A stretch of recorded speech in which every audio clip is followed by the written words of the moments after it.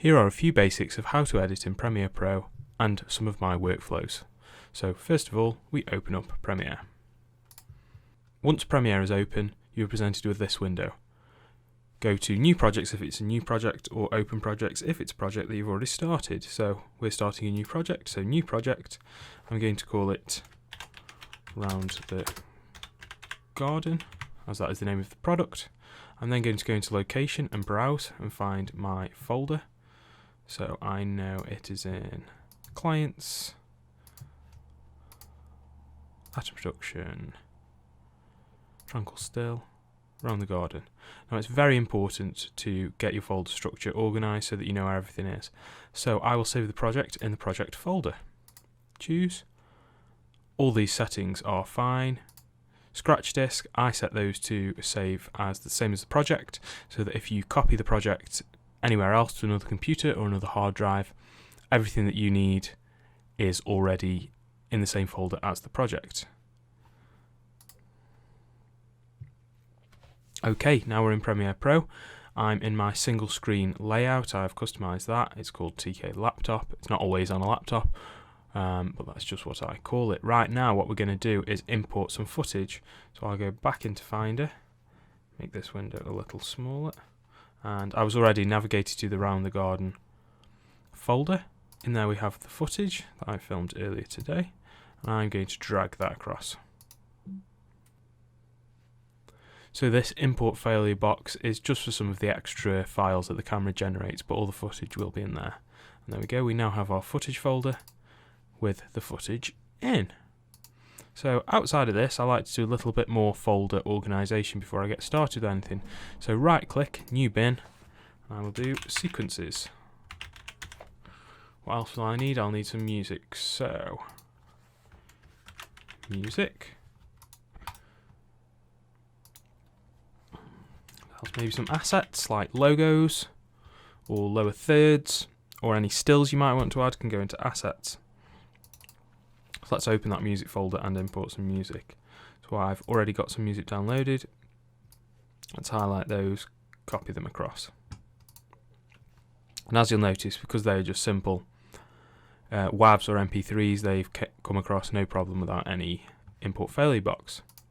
Right, now the next thing is in sequences. Let's create a sequence. You can either go File, New Sequence. I like to go Command N for a new sequence, and I will call it Round the Garden.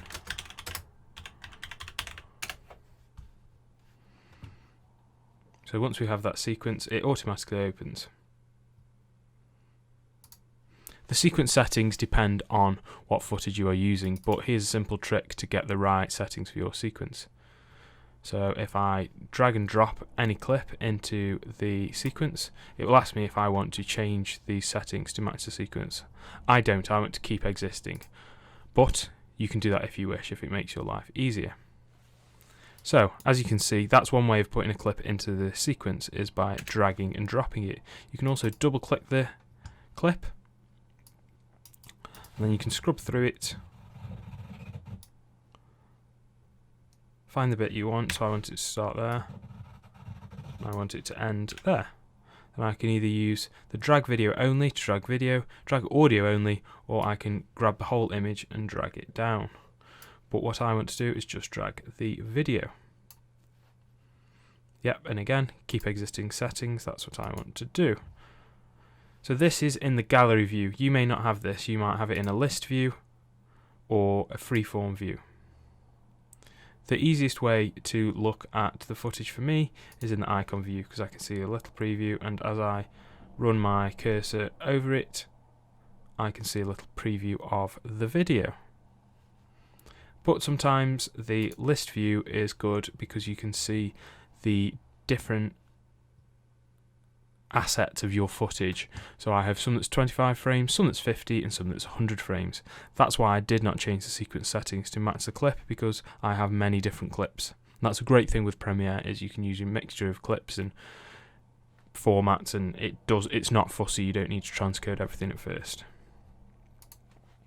So another way of editing video is to bring the whole clip in. Yep, keep existing settings. So this is HD footage, so yeah, it's the right size. I don't want the sound from it, so I make sure that the linked selection tool is unchecked, so I can get rid of the audio while keeping the video. And then to trim the clip down, I can either, with the arrow tool, go to either end and pull it that way to edit it, or I can undo that by Command Z. I think on Windows it is Control Z. Let's have a look. Zoom in and out of the sequence with the plus and minus buttons. That's very useful. And let's say I don't want to drag, but instead I want to use the blade tool, or razor tool as it is called. So for that you use the command C to select that, or you can just click on it.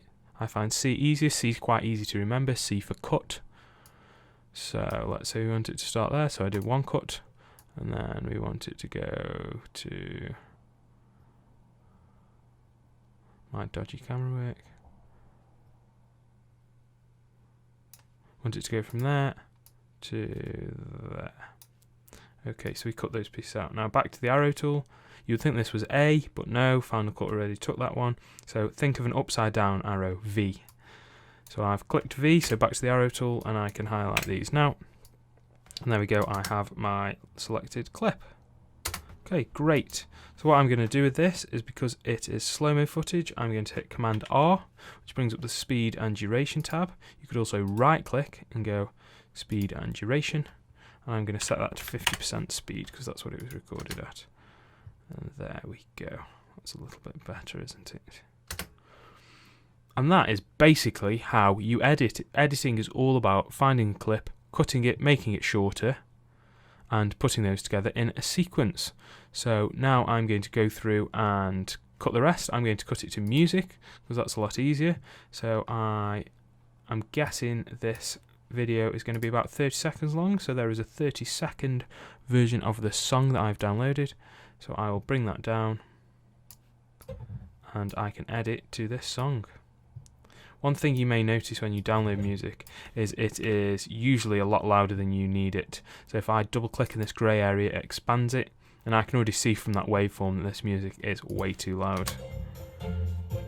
Yep, it should not be peaking at -0. That's not good for anyone listening with headphones. So I hit G on the keyboard with that music selected, and I'm going to go -8. Let's say, that's just a guess, but -8, setting that to -8. There we go, that's much more manageable. It's just between -6 and -12, so still decent amount of gain, decent volume, but not going to blow anyone's ears off. The great thing about editing to music is you can use the beat of the music to dictate when you're going to edit. So already just looking at the waveform, there'll probably be an edit there, maybe one there, maybe one there, and so on. You don't have to edit to every beat, because this can be a bit confusing. It's good to edit on beats, so you could leave a shot lingering for 3 or 4 beats, but when it ends, make sure you cut it on a beat. So what I'll do now is I'll listen to the song, look at the footage, and put it together in the order that I think works best.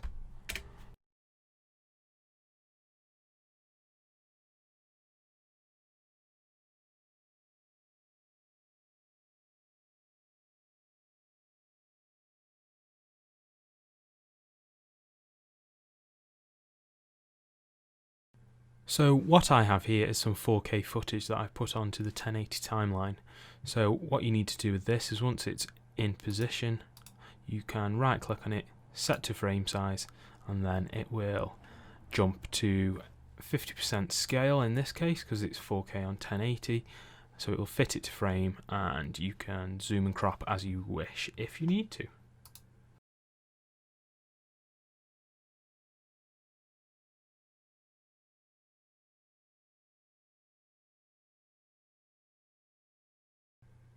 So at this point I want to add a little bit more interest into this clip by slowing down a certain part of it. So I will go to the clip, select it, right click on the FX box and go to time remapping and speed. At this point I will scrub to the bit I want in slow-mo. So that bit I'd quite like in slow-mo. So I'll get my pen tool by clicking P on the keyboard, or you can go over and select the pen tool, put a point here. Now I'm going to go back to the arrow tool and drag that down to 25%. There's 100 frames footage, so 25% is as slow as I can go. There we go. Now let's have a look at that. And as you can see, it speeds back up. So, but maybe too quickly, so I'll put a little bit of an ease in there.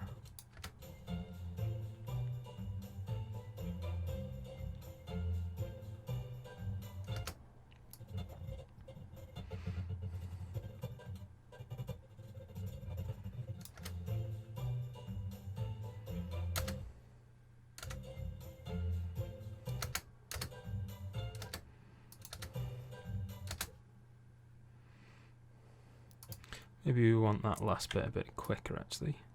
Let's put that to 170%. And that doesn't look right, so we will undo that. Command Z, Control Z.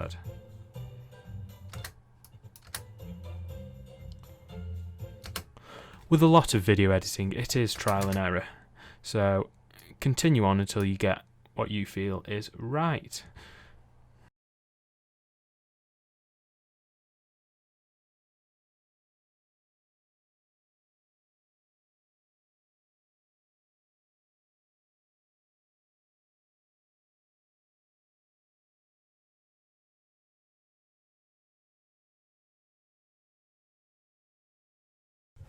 So here I don't want the footage to fade to black, so the easiest way to do this is, instead of using a dip to white, which is an effect that you could use, I prefer to do it this way. So I will go into my assets folder, go to the new item button down here, and then I want to go to color matte. Yep, those settings are correct for my sequence. I want it white. I will name it white. And I will place that under the cross dissolve. So now it will cross dissolve through the white. There we go. Simple way of getting a dissolve to white. And actually, you know what? I'm going to do that at the beginning of the film as well.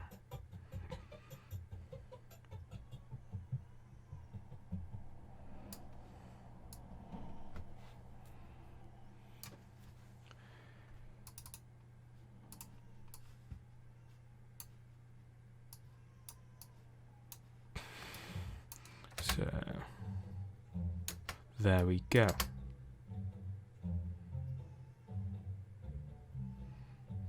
I think that gives it a much cleaner, much brighter feel.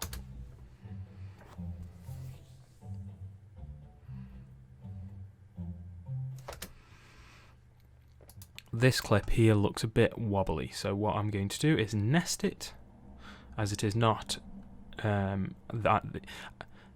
this clip looks a bit wobbly, so what I'm going to do is to nest it, as it does not have the same settings as the sequence. So nest, we'll call it gin bottle on log, and now I can go into my effects, go to the warp stabilizer, drag that to the clip. That's what you do with any effects you want to use, drag them to the clip. That is processing 60, 70, 80 quite quickly. Let's see how that looks. And it has definitely warped it. So, what do we do in this situation? Reduce the amount of smoothness. It's still a bit jerky. Reduce it even further.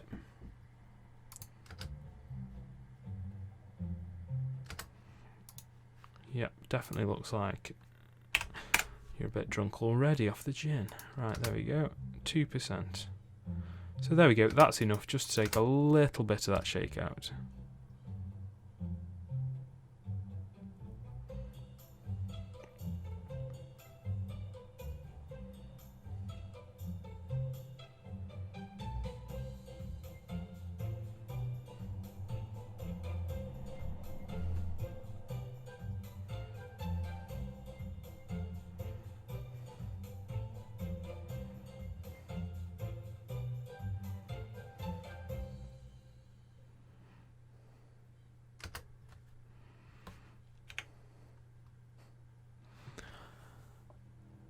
And there we have our basic edit.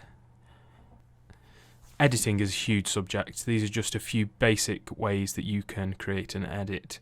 Simply, all you need to do is use sound and visuals and cut those visuals and those sounds together to make a compelling story. So the most important tools that you can use in Premiere Pro for any user, beginner or advanced, is the arrow tool and the razor tool.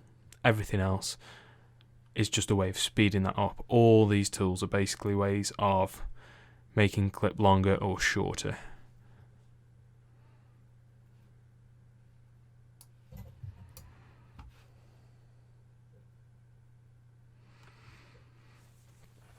There are also things like color grading, sound design, lots more I can go into, but for this video I just wanted to keep it very simple. And the final thing is how to export your finished sequence. So make sure you have an in and out point set. You do this by going to where you want the video to start and hitting I on the keyboard, then going to the end, hitting O for out. Then after that you have an area which will be exported. You can either go File, Export, Media, or as I like my keyboard shortcuts, we can go Command M, which opens up the export settings box. I keep it as H.265, match source, high bitrate. The output name is blue, and this is where the file will end up. So let's make sure we navigate to the correct folder. Export, click OK, and click Export. If you're going to export multiple things, you can hit Q, and that will open up Media Encoder, and you can export multiple things at once. So that's basic editing. There are many other ways of going about how I've shown you. This is just how I do it, a simple way. There will be some things in there that I have not explained. Sorry about that, I cannot explain everything. The video will be hours long, and the point of this channel is that the videos are as short form as possible so that people can get cracking with their edits, because the best way to learn is by doing. Hope this has been helpful, guys.